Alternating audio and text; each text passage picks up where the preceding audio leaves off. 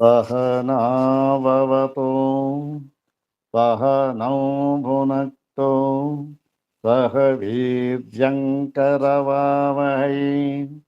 तेजस्विनावधीतमस्तु मा विद्विषावहै। ॐ शान्ति शान्ति शान्तिः। ॐ श्रुतिस्मृतिपुराणानाम् आलयं करुणालयं नमामि भगवत्पादं शङ्करं लोकशङ्करं। नमामि भगवत्पादशङ्करं लोकशङ्करं। वन्दे तं सच्चिदानन्दं यतिवर्यं महामतिं वेदवेदान्तसारज्ञं सद्गुरुं प्रणतोऽस्म्यहम्। सदाशिवसमारम्भाम् शङ्कराचार्यमध्यमाम् अस्मदाचार्यपर्यन्ताम् वन्दे गुरुपरम्पराम्। अथ कृष्णयजुर्वेदीया श्वेताश्वतरोपनिषत् अथ प्रथमोऽध्यायः। ॐ सहनाववतु सहनौ भुनक्तु सह वीर्यङ्करवावहै तेजस्विनावधीतमस्तु मा विद्विषावहै। ॐ शान्ति शान्ति शान्तिः।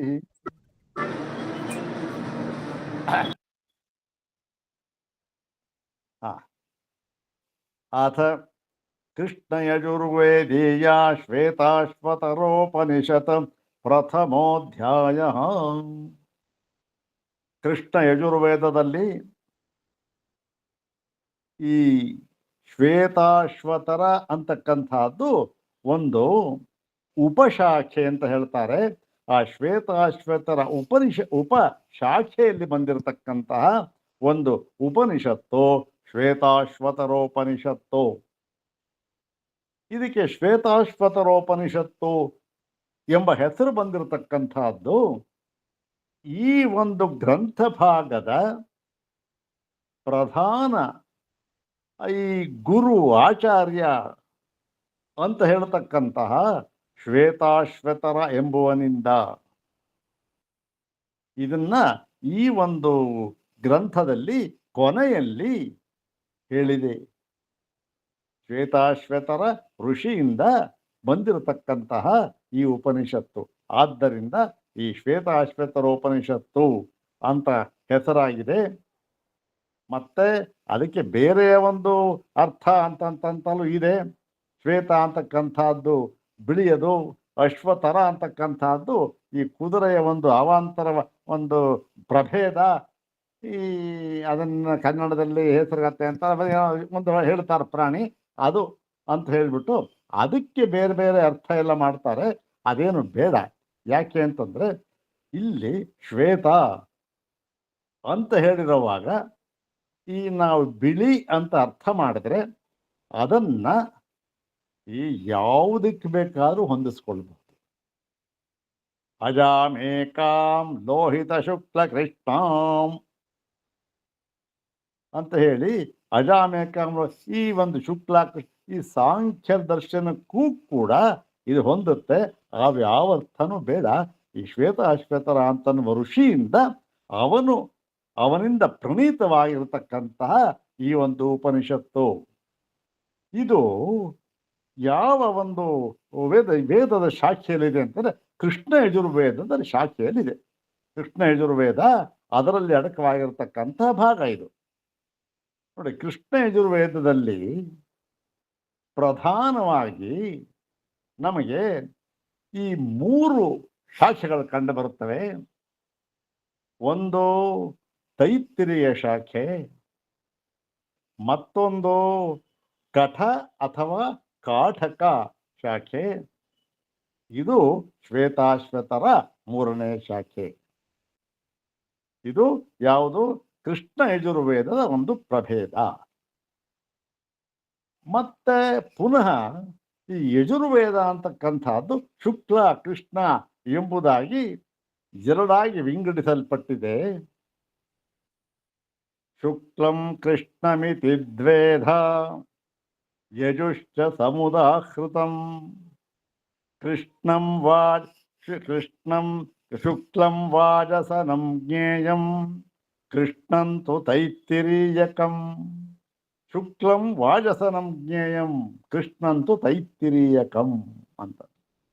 ಇಲ್ಲಿ ಈ ಯಜುರ್ವೇದವನ್ನ ಶುಕ್ಲ ಕೃಷ್ಣ ಎಂಬುದಾಗಿ ಎರಡಾಗಿ ವಿಂಗಡಿಸಿದ್ದಾರೆ. ಅದರಲ್ಲಿ ಈ ಶುಕ್ಲ ಯಜುರ್ವೇದವನ್ನ ಶುಕ್ಲ ಯಜುರ್ವೇದ ಅಂತ ಏನಿಗೆ ಪ್ರಸಿದ್ಧವಾಗಿದೆ ಅದನ್ನ ವಾಜಸನೇಯಿ ಸಂಹಿತಾ ಅಂತ ಹೇಳಲ್ಪಟ್ಟಿದೆ. ಮತ್ತು ಕೃಷ್ಣ ಯಜುರ್ವೇದವನ್ನ ಇಲ್ಲಿ ಶುಕ್ಲಂ ಕೃಷ್ಣಂ ಯಜುಷ್ಟ ಸಮುದಾಯ ಶುಕ್ಲಂ ವಾಜಸನಂ ಜ್ಞೇಯಂ ಕೃಷ್ಣಂತೂ ತೈತ್ತಿರೀಯಕಂ. ಕೃಷ್ಣ ಯಜುರ್ವೇದವನ್ನ ತೈತ್ತಿರಿಯ ಶಾಖೆ ತೈತ್ತಿರಿಯ ಅಂತ ಹೇಳ್ತಾರೆ. ಈ ಎರಡಾಗಿ ವಿಂಗಡಿಸಿದ್ದಾರೆ. ಈಗ ಕೃಷ್ಣ ಯಜುರ್ವೇದದಲ್ಲಿ ಇದು ಬಂದಿರತಕ್ಕಂಥದ್ದು. ಈ ಕೃಷ್ಣ ಯಜುರ್ವೇದ ಅಂತಕ್ಕಂಥದ್ದು ಹೇಳಿದ್ವಲ್ಲ ಉಪಶಾಖೆ ಅಂತ, ಇದು 86 ಶಾಖೆಗಳುಳ್ಳ ಒಂದು ವೇದ. ಇದು ನೋಡಿ ಎಷ್ಟು 86 ಅನಂತಾವೈ ವೇದ ಅಂತ ಅನ್ನೋದು ಇದಕ್ಕೇನೆ. 86 ಶಾಖೆಗಳಿವೆ ಕೃಷ್ಣ ಯಜುರ್ವೇದಕ್ಕೆ. ಇವೆ ಎಂತೆ ಇವತ್ತು ಅದು ಎಷ್ಟು ಉಪಲಬ್ಧವಿದೆಯೋ ಗೊತ್ತಿಲ್ಲ. ಕೇವಲ ಒಂದು 5-6 ಶಾಖೆಗಳು ಉಪನಿಬದ್ಧ ಇವಾಗ ನಮಗೆ ಪ್ರಸಿದ್ಧವಾಗಿದೆ ಅಂತಕ್ಕಂಥದ್ದು ಕಂಡು ಬರುತ್ತೆ. ಇರಲಿ, ಅದು ಹೇಗಾರು ಒಟ್ಟಲ್ಲಿ 86 ಶಾಖೆಗಳು ಕೃಷ್ಣ ಯಜುರ್ವೇದದಲ್ಲೂ ಮತ್ತೆ ಶುಕ್ಲ ಯಜುರ್ವೇದದಲ್ಲಿ 15 ಶಾಖೆಗಳು. ಅಲ್ಲಿಗೆ ಒಟ್ಟೆಷ್ಟಾಯಿತು?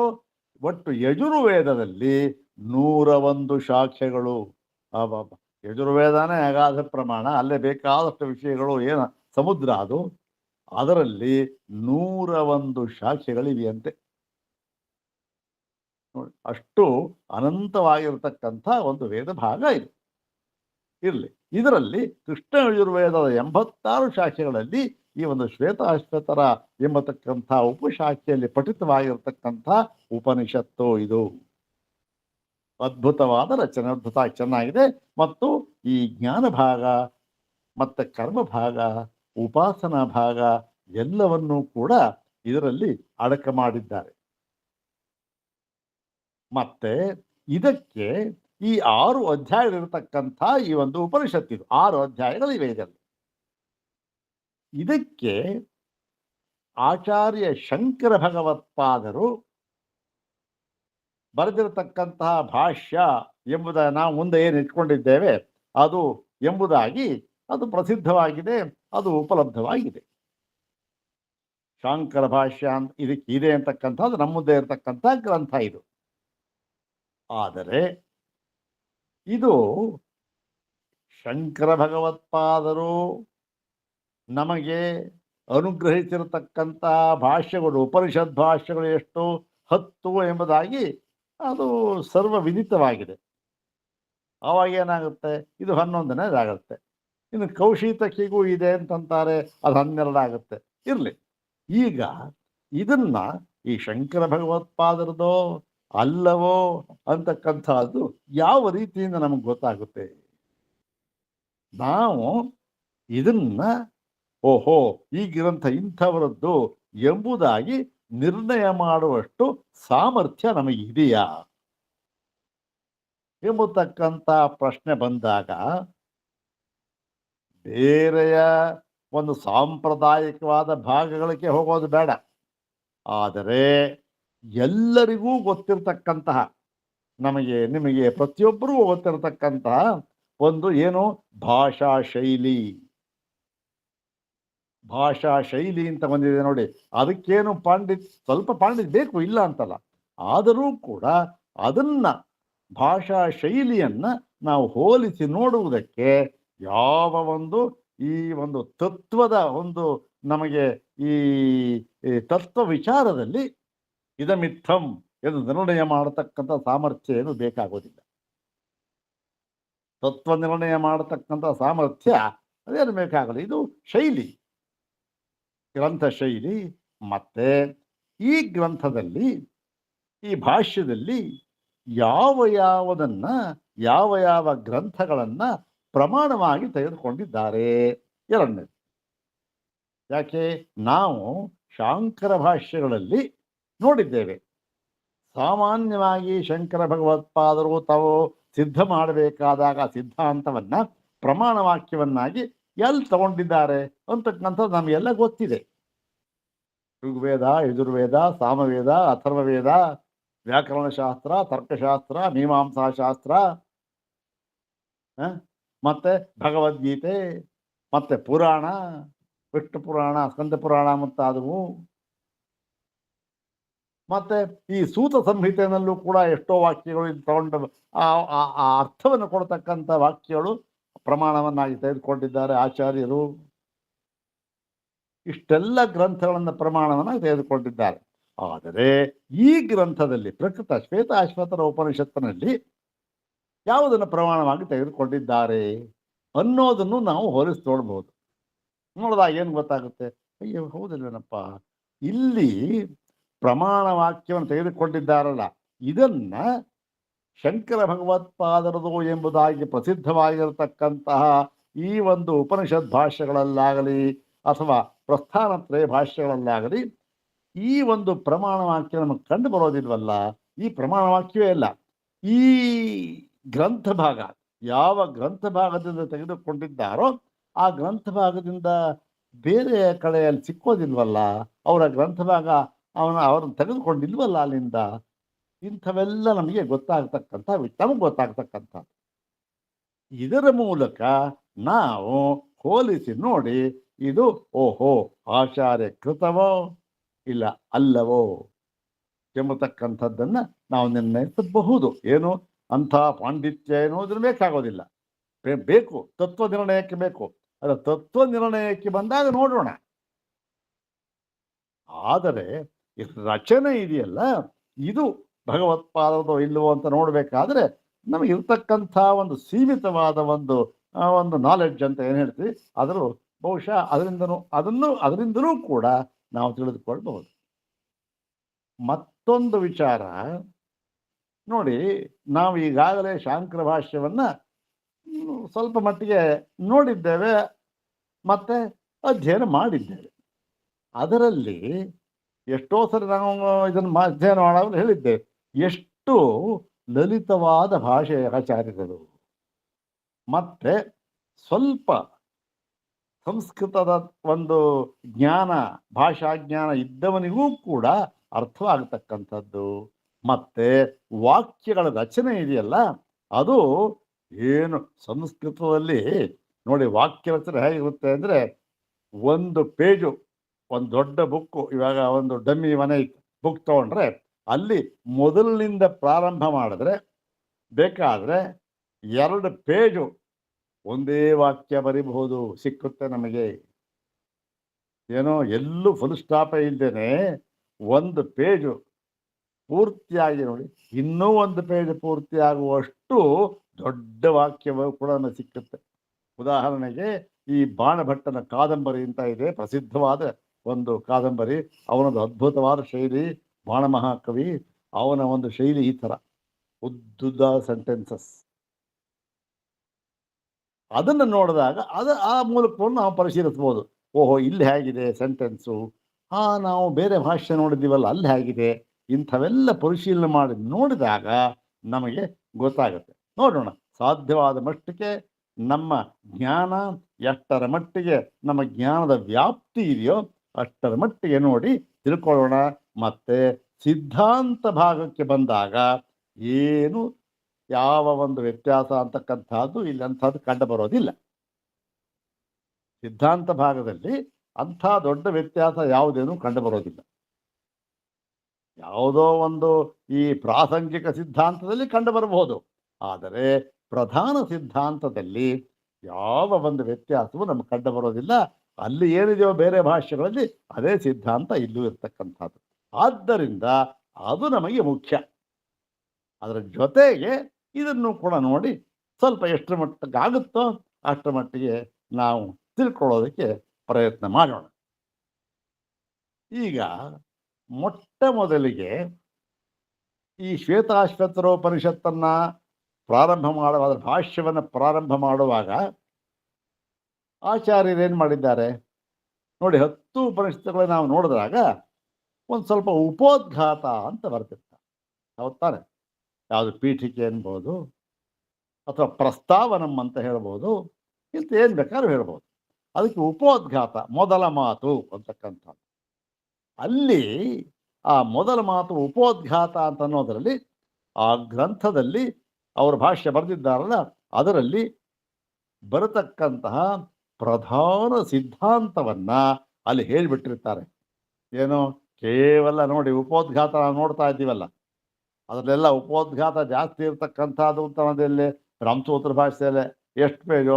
1.5 ಪೇಜ್ 2 ಪೇಜ್ ಇದೆ ಅಷ್ಟೇ. ಅದೇ ದೊಡ್ಡ ಉಪೋದ್ಘಾತ. ಇನ್ನು ಬೇರೆ ಅದರಲ್ಲೆಲ್ಲವೇ ಏನು ಬೇಕೆ 1 ಪೇಜ್ ಇರ್ಬೋದು, 1.5 ಪೇಜ್ ಇರ್ಬೋದು, ಅಷ್ಟೇ ಉಪೋದ್ಘಾತ. ಹೀಗೆ ಆ ಒಂದು ಉಪೋದ್ಘಾತ ಸ್ವಲ್ಪ ಅಲ್ಪ ಗ್ರಂಥ ಉಪೋದ್ಘಾತದಿಂದ ಶುರು ಮಾಡಿರ್ತಾರೆ. ಮತ್ತೆ ಉಪೋದ್ಘಾತದಲ್ಲಿ ಸಾಮಾನ್ಯವಾಗಿ ಈ ಯಥೇಚ್ಛವಾಗಿ ಪ್ರಮಾಣ ವಾಕ್ಯಗಳನ್ನ ಉದ್ಧಾರ ಮಾಡಿರೋದಿಲ್ಲ. ಎಷ್ಟು ಬೇಕೋ ಅಷ್ಟು ಮಾಡಿರ್ತಾರೆ, ಇಲ್ಲ ಅಂತಲ್ಲ. ಅಲ್ಲಿ ಬೇಕು ಪ್ರಧಾನ ಏನು ಉದ್ದಕ್ಕೂ ಅದನ್ನೇ ಮಾಡಿರ್ತಾರೆ ಅಂತಕ್ಕಂಥ ಹೇಳೋಂಗಿಲ್ಲ. ಉದಾಹರಣೆಗೆ ಅಧ್ಯಾಸ ಭಾಷ್ಯ ಇದೆ, ಉಪೋದ್ಘಾತ.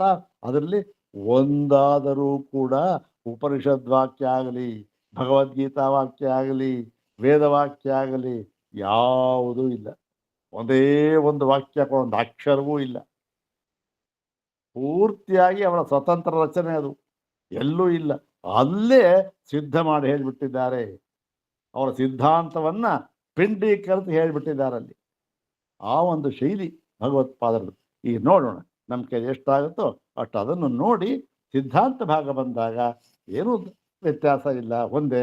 ಅದನ್ನು ಕೂಡ ನೋಡ್ಕೊಂಡು ಹೋಗೋಣ. ಈಗ ಸದ್ಯಕ್ಕೆ ಪ್ರಾರಂಭ ಮಾಡೋಣ. ಭಾಷ್ಯ ಇದೇನು 1ನೇ ಅಧ್ಯಾಯಕ್ಕೆ ಅಂತಲೇ ಅಲ್ಲ, ಈ ಒಂದು ಶ್ವೇತಾಶ್ವತರ ಉಪನಿಷತ್ತಿಗೆ ಉಪೋದ್ಘಾತ ರೂಪವಾಗಿ ಬರೆದಿರತಕ್ಕಂತಹ ಗ್ರಂಥ ಭಾಗ. ಅದನ್ನ ನಾವು ನೋಡೋಣ. ಈಗ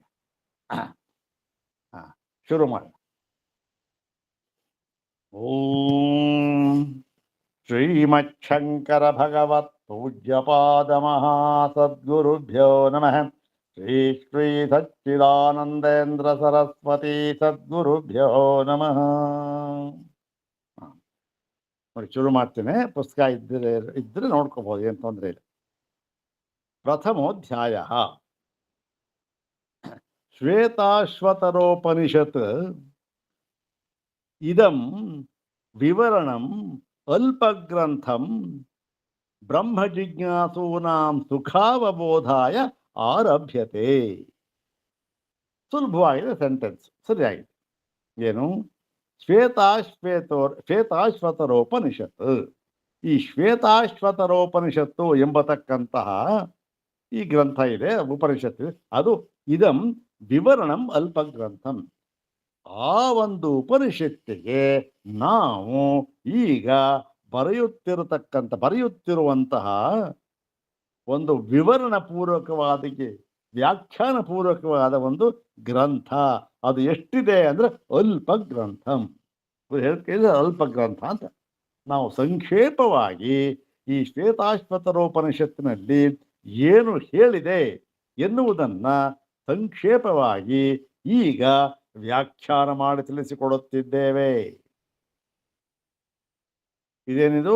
ಇದಕ್ಕೆ ಹೆಸರು ಪ್ರತಿಜ್ಞಾವಾಕ್ಯ. ಇದು ಸುಲಭವಾಗಿದೆ, ಅರ್ಥ ಆಯ್ತು ಅಂತ ಕಾಣುತ್ತೆ ತಮಗೆ. ಶ್ವೇತಾಶ್ವತರೋಪನಿಷತ್, ಇದು ಉಪನಿಷತ್ ಹೆಸರು. ಇದಂ ವಿವರಣಂ ಅಲ್ಪಗ್ರಂಥಂ. ಅಲ್ಪಗ್ರಂಥಂ ವಿವರಣಂ ಅಂದ್ರೆ ಅಲ್ಪಗ್ರಂಥ ಸಂಕ್ಷೇಪವಾಗಿರತಕ್ಕಂಥ ಸ್ವಲ್ಪ ಗ್ರಂಥ. ಸ್ವಲ್ಪ ಅಂದ್ರೆ ಅಲ್ಪಕಾಯ, ದೀರ್ಘವಾದದ್ದೇನಲ್ಲ. ಇದು ವಿವರಣ, ವ್ಯಾಖ್ಯಾನ ರೂಪವಾದದ್ದು. ಯಾರಿಗಿದು ಅಂದ್ರೆ ಬ್ರಹ್ಮ ಜಿಜ್ಞಾಸೂನಾಂ. ಜಿಜ್ಞಾಸೂನಾಂ ಅಂದ್ರೇನು?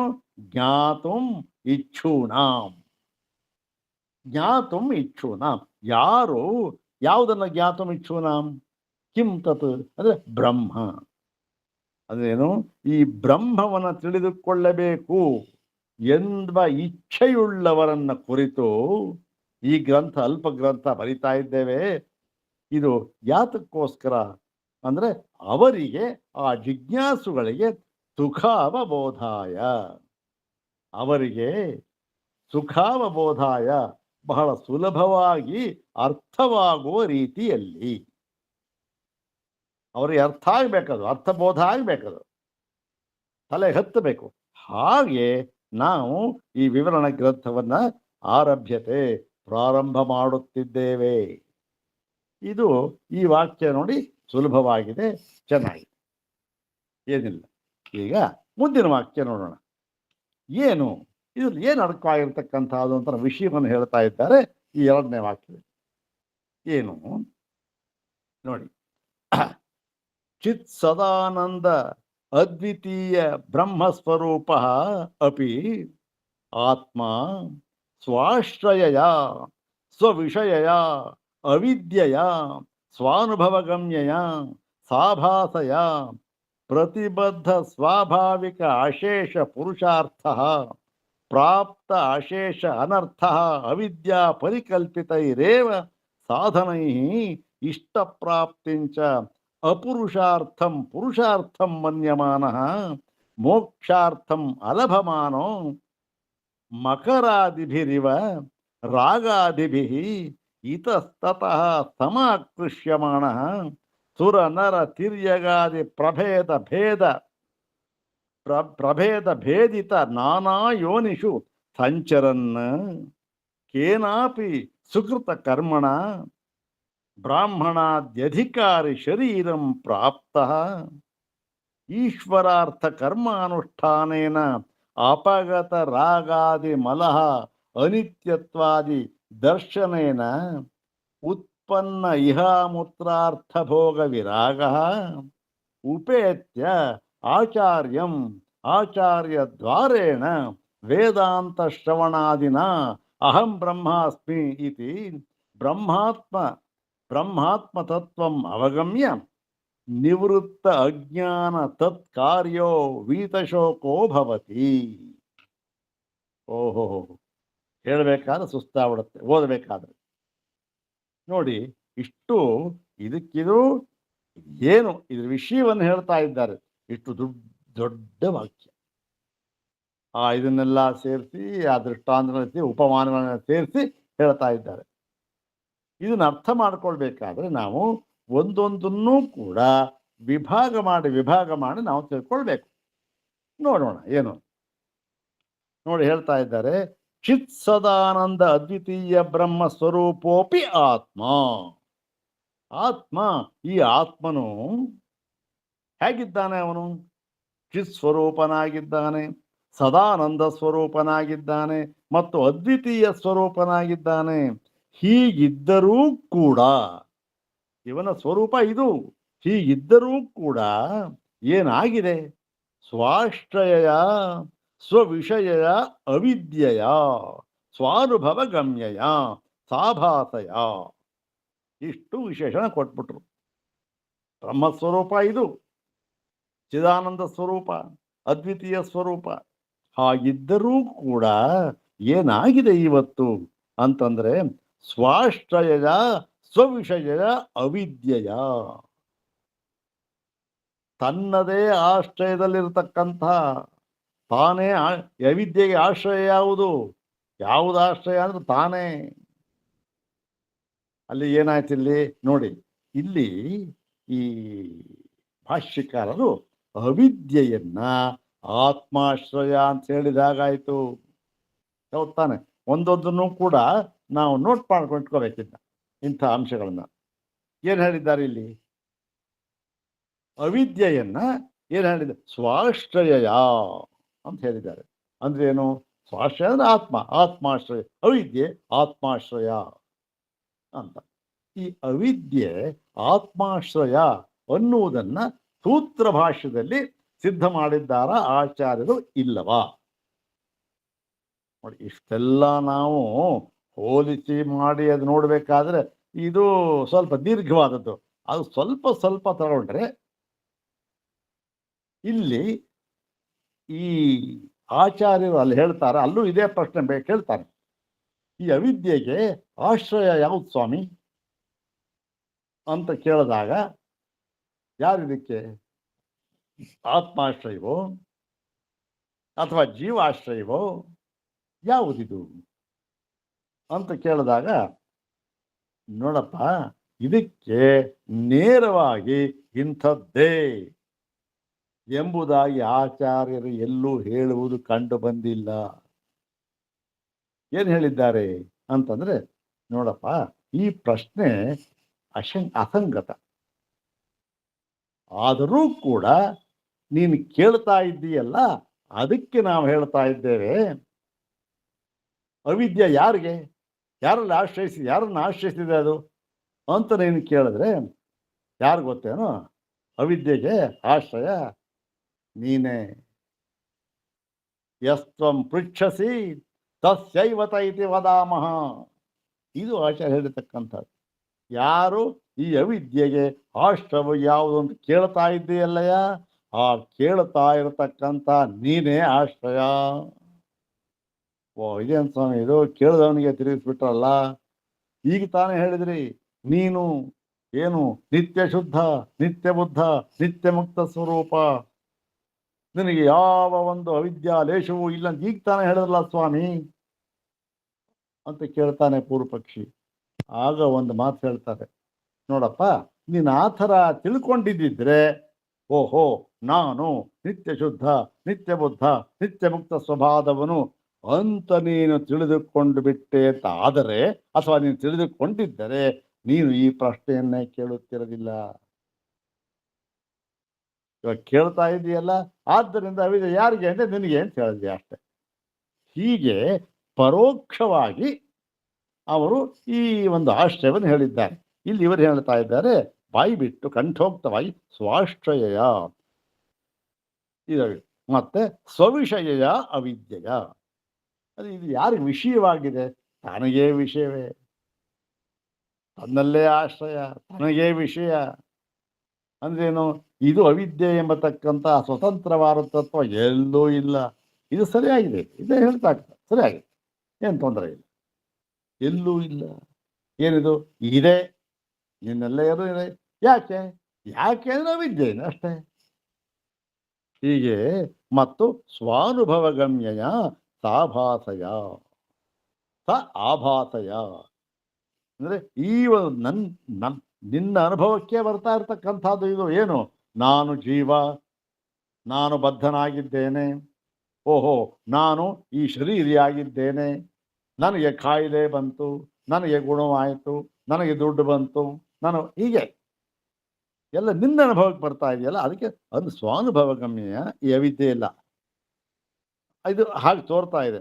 ಮತ್ತೇನಾಯಿತು? ಅದರಿಂದ ಏನಾಗ್ತಾ ಇದೆ? ತೊಂದರೆ ಏನಾಗ್ತದೆ? ಪ್ರತಿಬದ್ಧ ಸ್ವಾಭಾವಿಕ ಅಶೇಷ ಪುರುಷಾರ್ಥ. ಏನಾಗಿದೆ? ಇವನು ಸ್ವಾಭಾವಿಕವಾಗಿರತಕ್ಕಂತಹ ಅಶೇಷ ಪುರುಷಾರ್ಥ ಅಂದರೆ ಯಾವುದು? ಈ ಒಂದು ಮೋಕ್ಷ ಎಂಬತಕ್ಕಂತಹ ಪರಮ ಪುರುಷಾರ್ಥ. ಪುರುಷಾರ್ಥ ಅದೇ ಪುರುಷಾರ್ಥ ಏನಿದೆಯೋ ಅದು ಏನಾಗಿದೆ? ಅದು ಮರೆಯಾಗಿ ಹೋಗಿಬಿಟ್ಟಿದೆ. ಯಾಕೆ? ಇದರಿಂದ ಅವಿದ್ಯೆ ಮರೆಯಾಗಿ ಹೋಗಿಬಿಟ್ಟಿದೆ. ಮತ್ತು ಅಷ್ಟೇ ಅಲ್ಲ, ಪ್ರಾಪ್ತ ಅಶೇಷ ಅನರ್ಥ ಅವಿದ್ಯಾ ಪರಿಕಲ್ಪಿತ ಇದೆವ. ಎಲ್ಲ ಅನರ್ಥಗಳು ಬೀಳ್ತಾ ಇದೆ ತನ್ನ ಮೇಲೆ. ಅಯ್ಯೋ ಹೀಗಾಗೋಯ್ತು, ಆಚಾರ್ಯ ಭಾಷ್ಯರು ಬರೆದಿದ್ದಲ್ಲ ಕಠೋಪನಿಷತ್ತಲ್ಲಿ, ಅಯ್ಯೋ ನನಗೆ ರೋಗ ಬಂದ್ಬಿಡ್ತು, ಅಯ್ಯಯ್ಯೋ ನಾನು ಹೋಗ್ತಾ ಇದ್ದೇನೆ, ಅಯ್ಯೋ ಇಂಥವ್ರು ಹೋಗಿಬಿಟ್ರಲ್ಲಪ್ಪ. ಇವೆಲ್ಲದಕ್ಕೂ ಏನು? ಇವೆಲ್ಲ ಏನು? ಇವೆಲ್ಲವೂ ಕೂಡ ಅವಿದ್ಯಾ ಪರಿಕಲ್ಪಿತೈರೇವ ಸಾಧನೈ ಇಷ್ಟಪ್ರಾಪ್ತಿಂಚ. ಇವೆಲ್ಲ ಏನು? ಈ ಎಲ್ಲ ಅವಿದ್ಯಾ ಪರಿಕಲ್ಪಿತವಾಗಿರತಕ್ಕಂಥ ಇದೆಲ್ಲ ಇದೆಯಲ್ಲ, ಇದರಿಂದ ಏನೋ ಪಡ್ಕೊಳ್ತಾನೆ. ಆ ಪಡ್ಕೊಂಡಿದ್ದೇನೋ ಅದನ್ನೇ ಪುರುಷಾರ್ಥ ಅಂದ್ಕೊಂಡ್ಬಿಡ್ತಾನೆ. ಏನೋ ಲಾಭವಾಯಿತು, ದೊಡ್ಡ ಲಾಭ ಆಗೋಯ್ತು, ಓಹೋ ಇದೇ ಪುರುಷಾರ್ಥ. ಇವತ್ತಿಗೂ ಇದಾರಲ್ಲ, ಹೇಳಲ್ವಾ ದುಡ್ಡು ಬಂತು, ಓ ಇದೇ ಪುರುಷಾರ್ಥ, ಸಾಕ್ರಿ ನಮ್ಮ ದುಡ್ಡೇ ಸಾಕು. ಹೀಗೆ ಪುರುಷಾರ್ಥಂ ಮನ್ಯಮಾನ. ಅದು ಅಪುರುಷಾರ್ಥ. ಅದು ಅಂದ್ರೆ ಏನು? ಅರ್ಥ ಅಂದ್ರೆ ಬಯಸ್ತಕ್ಕಂಥದ್ದು, ಪುರುಷನಿಂದ ಬಯಸಲ್ಪಡತಕ್ಕದ್ದಲ್ಲ ಅದು. ಅದನ್ನೇ ಏನು ಮಾಡ್ತಾನೆ ಇವನು, ಓಹೋ ಇದೇ ಪುರುಷಾರ್ಥ ಅಂದ್ಕೊಂಡ್ಬಿಡ್ತಾನೆ. ಅಂದ್ಕೊಂಡ್ಬಿಟ್ಟು ಮೋಕ್ಷಾರ್ಥಂ ಅಲಭಮಾನಃ, ಅಂದರೆ ಮೋಕ್ಷವೆಂಬ ಪ್ರಯೋಜನವನ್ನು ಪಡೆಯದೆ ಮಕರಾದಿಭಿರಿವ ರಾಗಾದಿಭಿ, ಅಂದರೆ ದೊಡ್ಡ ಮೊಸಳೆ, ವಿಶಾಲವಾದ ನದಿ, ಏನು ಈ ತೀರ ಆ ತೀರ ಮೈಲಿಗಟ್ಟಲೆ ಇದೆ, ಹಾಗಿದ್ರೂ ಕೂಡ ಅಲ್ಲಿ ಏನು ಆಡ್ತಾ ಇದೆ ಮೊಸಳೆ, ರಾಗಾದಿಭಿ. ಇಲ್ಲಿ ನೋಡಿ, ರಾಗಾದಿಭಿ ಅಂದರೆ ಈ ಎಲ್ಲ ಒಂದು ಈ ರಾಗ ದ್ವೇಷ ಎಂಬತಕ್ಕಂಥ ದ್ವಂದ್ವಗಳಿಂದ, ಬರೀ ರಾಗ ಒಂದೇ ಅಲ್ಲ, ಅನುರಾಗ ಒಂದೇ ಅಲ್ಲ, ದ್ವೇಷಗಳು, ದ್ವಂದ್ವಗಳಿಂದ ಏನಾಗಿದೆ, ಇತಸ್ತತಃ ಸಮಾಕೃಷ್ಯಮಾಣ, ಈ ದಡದಿಂದ ಆ ಕಡೆ, ಆ ದಡದಿಂದ ಈ ಕಡೆ ಮೊಸಳೆ ಹೋಗ್ತಾನೆ ಇದೆ. ಮೊಸಳೆ ಯಾಕೆ ಹೇಳಿದ್ರು, ಗ್ರಾಹ, ಅದು ಮೊಸಳೆ ಇನ್ನೊಂದು ಹೆಸರೇನು ಗ್ರಾಹ ಅಂತ, ಎಲ್ಲವನ್ನು ಹಿಡಿದಾಕ್ತಾ ಇದೆ. ಇದು ಅಷ್ಟೇ, ನಮ್ಮ ಅವಿದ್ಯಾ ಅಂತಕ್ಕಂಥದ್ದು ಎಲ್ಲಾನು ಹಿಡಿದು ಏನೇನು ಬರಬೇಕು ಎಲ್ಲ ಮರೆ ಮಾಡಿ, ಯಾವುದು ಅಪುರುಷಾರ್ಥನೋ ಅದನ್ನೇ ಪುರುಷಾರ್ಥ ನಮಗೆ ತಿಳಿಸ್ಕೊಟ್ಟು ಅನಾಹುತವನ್ನು ಮಾಡ್ತಾ ಇದೆ. ಹೀಗೆ ರಾಗ ಈ ಕಡೆಯಿಂದ ಆ ಕಡೆ ಆರಾಮ್ ಓಡಾಡ್ತಾ ಇದೆ. ಸುರ ಅಂದರ ತಿರ್ಯಗಾದಿ ಪ್ರಭೇದ ಭೇದಿತ ನಾನು ಆ ಯೋನಿಷು. ಹೀಗೆ ಸುರ ನರ ತಿರ್ಯ ಯೋನಿ ಇವೆಲ್ಲ ಯೋನಿ ವಿಶೇಷಗಳು. ಅದೇನು, ಒಳ್ಳೆಯ ಒಂದು ಯೋನಿ, ಮಧ್ಯಮ ಯೋನಿ, ನೀಚ ಯೋನಿ, ಹೀಗೆ ಈ ಯೋನಿಗಳಲ್ಲಿ ನಾನಾ ಯೋನಿಷು ಸಂಚರನ್, ಈ ಯೋನಿಗಳಲ್ಲಿ ಸಂಚಾರ ಮಾಡ್ತಾ, ಈ ಕಡೆಯಿಂದ ಮೊಸಳೆ ಥರ ಈ ಕಡೆಯಿಂದ ಆ ಕಡೆ ಸಂಚಾರ ಮಾಡ್ತಾ ಏನಾಗ್ತದೆ, ಹೀಗೆ ಇದ್ದ ಎಷ್ಟು ದಿವಸ ಆಯ್ತೋ ಗೊತ್ತಿಲ್ಲ. ಆಗೇನಾಯ್ತು, ಸುಕೃತ ಕರ್ಮಣ ಸಂಚರನ್ ಕೇನಾಪಿ ಸುಕೃತ ಕರ್ಮಣ, ಅಂದರೆ ಯಾವುದೋ ಹೀಗೆ ಮಾಡ್ತಾ ಇರುವಾಗ ಏನೋ ಒಂದು ಸುಕೃತವಾದ ಕರ್ಮ, ಒಳ್ಳೆಯ ಕೆಲಸವನ್ನು ಮಾಡಿಬಿಟ್ಟ. ಒಳ್ಳೆಯ ಕೆಲಸ ಅಂದ್ರೆ ಏನು, ವೇದ ವಿಹಿತವಾದ ಕರ್ಮವನ್ನು ಮಾಡಿಬಿಟ್ಟ, ಯಜ್ಞಯಾಗ ಅಂತ ಏನೋ ಒಂದು ಮಾಡಿಬಿಟ್ಟ. ಅದರಿಂದ ಏನಾಯ್ತು ಫಲ, ಅದರಿಂದ ಸುಕೃತ ಕರ್ಮಣ ಬ್ರಾಹ್ಮಣಾದಿ ಅಧಿಕಾರಿ ಶರೀರಂ, ಅವನು ಏನಾಯ್ತು, ಯಾವುದೋ ಸುರ ಎಲ್ಲೋ ಯೋನಿಗಳ ಓಡಾಡ್ತಾ ಇದ್ದ, ಒಳ್ಳೆಯ ಬ್ರಾಹ್ಮಣ ಯೋನಿ ಸಿಕ್ಬಿಡ್ತೀವಿ, ಅದರಲ್ಲಿ ಜನ್ಮವನ್ನು ಪಡ್ಕೊಂಡ. ನೋಡಿ, ಬ್ರಾಹ್ಮಣ ಯೋನಿ ಪಡ್ಕೊಂಡ ಈ ಪ್ರಯೋಜನ ಏನು ಮಾಡ್ಕೋಬೇಕು, ನಮಗೆ ಹೇಳಿರ್ತಕ್ಕಂಥದ್ದು ಇವೆಲ್ಲ. ನೋಡಪ್ಪ, ನೀವು ಬ್ರಾಹ್ಮಣ ಯೋನಿ ಹುಟ್ಟಿದ್ದೀರಾ, ನೋಡಿ ಇದನ್ನ ಮಾಡಿ ನೀವು ಅಂತ ಹೇಳ್ತಾ ಇದ್ದಾರೆ ಅಷ್ಟೇ. ಇರಲಿ, ಬ್ರಾಹ್ಮಣಾದಿ ಅಧಿಕಾರಿ ಇವರು ಅಧಿಕಾರಿ, ಇವನು ಯಾವುದಕ್ಕೆ, ಮೋಕ್ಷಕ್ಕೆ ಅಧಿಕಾರಿ ಬ್ರಾಹ್ಮಣ ಇವನು, ಬೇರೆ ಎಲ್ಲರಿಗಿಂತ ಅಧಿಕ ಬ್ರಾಹ್ಮಣ. ಇಲ್ಲಿ ಯೋನಿ ಅಂತ ಹೇಳಿದ್ದಾರೆ ಹುಟ್ಟಿದಿಂದ ಅಂತ, ಆದರೂ ಕೂಡ ಅಲ್ಲ, ಅವನು ಕರ್ಮಣ. ಅದು ಮುಂದೆ ಬರಲಿ, ಮುಂದೆ ನೋಡೋಣ. ಶರೀರ, ಬ್ರಾಹ್ಮಣ ಶರೀರ ಪ್ರಾಪ್ತ ಪಡ್ಕೊಂಡು ಈಶ್ವರಾರ್ಥ ಕರ್ಮ ಅನುಷ್ಠಾನೇನ, ಎಲ್ಲ ಕರ್ಮವನ್ನು ಕೂಡ ಈಶ್ವರಾರ್ಪಣ ಬುದ್ಧಿಯಿಂದ ಮಾಡ್ತಾ, ಅಪಗತ ರಾಗಾದಿ ಮಲಹ, ಅಂದರೆ ಎಲ್ಲ ರಾಗ ದ್ವೇಷ ಮುಂತಾದ ಎಲ್ಲ ಕೊಳೆಗಳನ್ನು ಕೂಡ ನಾಶಪಡಿಸಿಕೊಂಡು, ಅಪಗತ ನಾಶಪಡಿಸಿಕೊಂಡು, ಅನಿತ್ಯತ್ವಾದಿ ದರ್ಶನೇನ, ಇವೆಲ್ಲವೂ ಕೂಡ ಅನಿತ್ಯ, ಇವೆಲ್ಲ ಪ್ರಯೋಜನವಿಲ್ಲ ಎಂಬುದಾಗಿ ತಿಳಿದು ಏನ್ ಮಾಡ್ತಾನೆ, ಅದರಲ್ಲೆಲ್ಲ ವೈರಾಗ್ಯ ಬಂದ್ಬಿಡುತ್ತೆ ಅವನಿಗೆ. ಉತ್ಪನ್ನ ಇಹ ಅಮೂತ್ರ ಅರ್ಥ ಭೋಗ ವಿರಾಗ. ಹೀಗೆ ಇಹ ಅಮೂತ್ರ, ಈ ಲೋಕದಲ್ಲಿ ಆಗಲಿ ಪರಲೋಕದಲ್ಲಿ ಸ್ವರ್ಗಾದಿ ಫಲಗಳಾಗಲಿ ಇವೆಲ್ಲ ಏನೂ ಪ್ರಯೋಜನವಿಲ್ಲ. ಆ ಬ್ರಹ್ಮ ಭುವನ ಲೋಕ ಪುನರಾವರ್ತಿನೋರ್ಜುನ ಎಂಬುದಾಗಿ ತಿಳಿದುಕೊಂಡು ಏನ್ ಮಾಡ್ತಾನೆ, ಇಹಾಮೂತ್ರಾರ್ಥ ಉತ್ಪನ್ನ ಇಹಾಮೂತ್ರಾರ್ಥ ಭೋಗ ವಿರಾಗ. ಇಹಾಮೂತ್ರಾರ್ಥ ಫಲಭೋಗ ಬಂತವನಿಗೆ, ಬಂದ್ಮೇಲೆ ಉಪೇತ್ಯ ಆಚಾರ್ಯಂ, ಎಲ್ಲ ಒಳ್ಳೆ ಮಾಡಿದ್ದ, ಯಾವುದೋ ಭೇದ ಭೀತವಾದ ಕರ್ಮ ಮಾಡಿದ್ದ, ಬ್ರಾಹ್ಮಣ ಹುಟ್ಟದ, ಅಥವಾ ಯಾರೋ ಒಬ್ಬ ಆಚಾರ್ಯ ಸಿಕ್ಕದ, ಅವನನ್ನು ಉಪೇತ್ಯ ಅವನ ಹತ್ರಕ್ಕೆ ಹೋಗಿ ಏನಾಯ್ತು, ಆಚಾರ್ಯ ದ್ವಾರೇಣ ಅವನ ಮುಖಾಂತರ ಏನಾಯ್ತು, ವೇದಾಂತ ಶ್ರವಣಾದಿನ ಅಹಂ ಬ್ರಹ್ಮಾಸ್ಮೀತಿ, ಅವನು ವೇದಾಂತ ಶ್ರವಣ, ವೇದಾಂತವನ್ನ ಇವನಿಗೆ ಉಪದೇಶ ಮಾಡಿದ್ರು ಆ ಆಚಾರ್ಯರು. ಅಲ್ಲಿಗೆ ಏನಾಯ್ತು ಇವನಿಗೆ, ಅಹಂ ಬ್ರಹ್ಮಾಸ್ಮಿ, ಓಹೋ ನಾನು ಈ ಸಂಸಾರಿ ಎಲ್ಲ, ನಾನು ಬ್ರಹ್ಮವಾಗಿದ್ದೇನೆ ಎಂಬುದಾಗಿ ಬ್ರಹ್ಮಾತ್ಮತತ್ವಂ ಅವಗಮ್ಯ. ಈ ಬ್ರಹ್ಮಾತ್ಮತತ್ವ, ಬ್ರಹ್ಮ ಮತ್ತೆ ಆತ್ಮ ಎರಡು ಕೂಡ ಅಭೇದವನ್ನ ಈ ತಿಳಿದುಕೊಂಡು ಅವಾಗೇನಾಯ್ತು, ನಿವೃತ್ತ ಅಜ್ಞಾನ ತತ್ಕಾರ್ಯ. ಅಜ್ಞಾನ ಅಂದ್ರೆ ಅವಿದ್ಯಾ, ಅದರ ಕಾರ್ಯ ಯಾವುದು, ಅವಿದ್ಯೆಯ ಕಾರ್ಯ ಕಾಮ ಕರ್ಮ, ಅವಿದ್ಯಾ ಕಾಮ ಕರ್ಮ. ಈ ಅವಿದ್ಯೆ ಕಾಮ ಕರ್ಮಗಳೆಂಬ ಅಕಾಮ ಕರ್ಮಗಳ ಸಹಿತವಾಗಿ ಅವಿದ್ಯೆ ಕಾರ್ಯ ಸಹಿತವಾಗಿ ಬೇರ ಸಹಿತವಾಗಿ ಏನು ಮಾಡಿಕೊಂಡು ನಿವೃತ್ತ ಅದನ್ನು ಕಳ್ಕೊಂಡ ನಿವೃತ್ತ ಅಜ್ಞಾನಕ್ಕೆ ಮತ್ತು ವೀತಶೋಕೋ ಭವತಿ. ಯಾವ ಶೋಕವೋ ಇನ್ನಿಲ್ಲ, ಅಲ್ಲಿಗೆ ವೀತಶೋಕನಾಗಿ ಅವನು ಆಗುತ್ತಾನೆ. ಇಲ್ಲಿಯವರೆಗೂ ಕೂಡ ಒಂದೇ ಸೆಂಟೆನ್ಸು. ನೋಡೋಣ, ಮಾಡಿಬಿಟ್ಟು ಇನ್ನೊಂದಿದೆ ಹೇಳ್ಬಿಟ್ಟು ಮುಗಿಸ್ಬೇಡ. ಮತ್ತು ಅವಿದ್ಯಾ ನಿವೃತ್ತಿ ಲಕ್ಷಣಸ್ಯ ಮೋಕ್ಷಸ್ಯ ವಿದ್ಯಾಧೀನತ್ವಾತ್ ಯುಜ್ಯತೆ ಚ ತದರ್ಥೋಪನಿಷದ್ ಆರಂಭ. ಇದು ಸಿದ್ಧಾಂತ. ಈ ಸಿದ್ಧಾಂತದಲ್ಲಿ ಯಾವ ವ್ಯತ್ಯಾಸವೂ ಇಲ್ಲ. ಆಚಾರ ಸಿದ್ಧಾಂತ ಇದು ಏನು? ಅವಿದ್ಯಾ ನಿವೃತ್ತಿ ಲಕ್ಷಣಸ್ಯ ಮೋಕ್ಷಸ್ಯ. ಈ ಮೋಕ್ಷ ಅಂದ್ರೆ ಏನು? ಮೋಕ್ಷ ಅಂದ್ರೆ ತಿರ್ಗಾ ಪಡಿಬೇಕಾ ಎಲ್ಲಾರೊಣವೆ? ಏನು ಅಂಗಡಿ ಹೋಗಿ ತೊಗೊಂಬಂದ ಹಾಗೆ ನಮ್ಮ ಹತ್ರ ಇಲ್ವಾ ಈಗ ತೊಗೊಂಬರ್ಬೇಕಾ? ಏನಿಲ್ಲ. ಮೋಕ್ಷ ಅಂದ್ರೇನು? ಅವಿದ್ಯಾ ನಿವೃತ್ತಿ ಲಕ್ಷಣ ಮೋಕ್ಷ. ಮೋಕ್ಷ ಏನಿಲ್ಲ, ಈ ಅವಿದ್ಯೆಯನ್ನ ನಿವೃತ್ತಿ ಮಾಡ್ಕೊಳ್ಳೋದು ಅಷ್ಟೇ ಮೋಕ್ಷ. ಮೋಕ್ಷ ಪಡ್ಕೊಳ್ಬೇಕಾದ್ದಿಲ್ಲ, ನಾವು ಮೋಕ್ಷ ಸ್ವರೂಪರೇ. ಆದರೆ ನಾವು ಮೋಕ್ಷ ಸ್ವರೂಪರ ತಿಳಿಯುವುದಕ್ಕೆ ಅಡ್ಡಿಯಾಗಿರ್ತಕ್ಕಂತಹ ಅವಿದ್ಯೆಯನ್ನು ಅವಿದ್ಯೆ ಅಡ್ಡಿ ನಾಶಪಡಿಸ್ಕೋಬೇಕಷ್ಟೆ. ಏನೋ ತಡೆ ಇದೆ, ನಾಶ ಅಷ್ಟೇ. ಅದು ಮೋಕ್ಷಸ್ಯ ಅದೇನಾಗುತ್ತೆ? ಅದು ಯಾತ್ರಿಂದ ಹೋಗುತ್ತೆ? ಆ ಅಡ್ಡಿ ತಡೆ ಅಂತ ಯಾತ್ರಿಂದ ಹೋಗಬೇಕು? ಏನು ಸಾಧನ? ಅದಕ್ಕೆ ವಿದ್ಯಾಧೀನತ್ವ. ಅದು ವಿದ್ಯೆಯಿಂದ ಮಾತ್ರ ಹೋಗತಕ್ಕದ್ದಾದ್ದರಿಂದ ಏನು? ಯುಜ್ಯತೆ ಚ ತದರ್ಥ ಉಪನಿಷದ್ ಆರಂಭ. ಆದ್ದರಿಂದ ನಾವು ಈಗ ಆ ಒಂದು ಪ್ರಯೋಜನಕ್ಕಾಗಿ, ಯಾವೊಂದು ಪ್ರಯೋಜನಕ್ಕಾಗಿ? ಆ ಅಡ್ಡಿ ಇದೆಯಲ್ಲ, ಮೋಕ್ಷಕ್ಕೆ ಅಡ್ಡಿ ಆಗಿರ್ತಕ್ಕಂಥದ್ದು, ಅದು ಯಾವುದರಿಂದ ಹೋಗುತ್ತೆ? ವಿದ್ಯೆಯಿಂದ ಹೋಗುತ್ತೆ. ಅದು ಅವಿದ್ಯೆ, ಅದು ವಿದ್ಯೆಯಿಂದ ಹೋಗುತ್ತೆ. ಆ ವಿದ್ಯೆಯನ್ನ ಪಡೆಯುವುದು ಎಂಬ ಪ್ರಯೋಜನಕ್ಕಾಗಿ, ವಿದ್ಯೆಯನ್ನು ಪಡೆಯುವುದಕ್ಕಾಗಿ ಉಪನಿಷದ್ ಆರಂಭ. ಈ ಉಪನಿಷತ್ತನ್ನು ನಾವು ಉಪನಿಷತ್ ವ್ಯಾಖ್ಯಾನವನ್ನು ನಾವು ಆರಂಭ ಮಾಡುತ್ತಿದ್ದೇವೆ ಅಂತ ಹೇಳಿ, ಅಲ್ಲಿ ಇನ್ನು ಮುಂದೆ ಅದಕ್ಕೆ ಪ್ರಮಾಣ ವಾಕ್ಯ ಬೇಕಾದಷ್ಟು ಕೊಡ್ತಾರೆ. ಅದನ್ನ ನಾಳೆ ದಿವಸ ನೋಡೋಣ. ಓಂ ಶಾಂತಿ ಶಾಂತಿ ಶಾಂತಿ. ಓಂ ತತ್ಸತ್.